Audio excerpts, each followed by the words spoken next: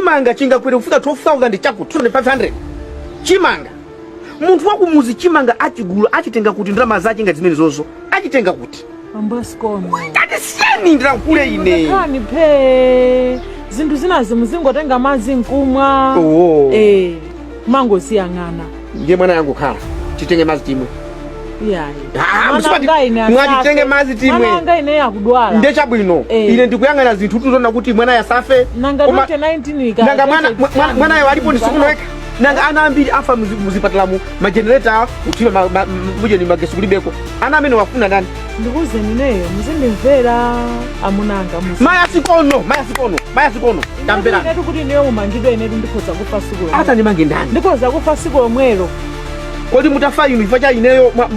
mwataya kanthu inu mukazatuka kundendeko muzatengana ninda ndingakwatireso angalipo angandite mundinamiza alipo angandite my friend who can read my handwriting ndakuona niso mwakatengaso mankhwala mukuti mufuna kutsirika nyumba yaini yake solo tikambe kandi mbokinga nyumba kandi yoti sirike ndesirika Mai Sikono kandi ndesirika ndira kuti chimozi yayi kandi ya nyumba yoti nina kupatene chimozi Mai Sikono dziko lino likuvutika kuopsa chimanga chakwera ana sukulu kusukulu kwa kulephera kupitako magesi angotima madzi kulepheka miseu chabwino kukonzedwa tikuthokoza zabwinozo zinthu zambiri zili chiperekete ngani chisina iyayi mismanagement of government affairs period zimene zozo nditakuzikonza amso kubayangana kuti kudi mulungu anali kuti ndalama zake muli nazo tafusa ngawini ndalama zake muli nazo inu simuzo kuti ndalama ku capital hill kuje ndiko ndalama zili phi kumene kujako ziba yozi jama bota mato ziona ziba zili chonchi mu ndi amaba kumene kujako momoti andisankhulenso ati mviranthu ino ndikuti amabanda wamae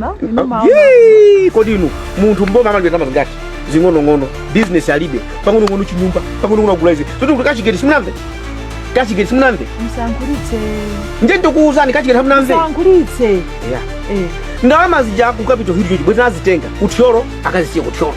kuneno akasiye kuneno kuzigawagawa ma districts muja azigwira ntchito za chitukuko koma chimanga chasanduka political commodity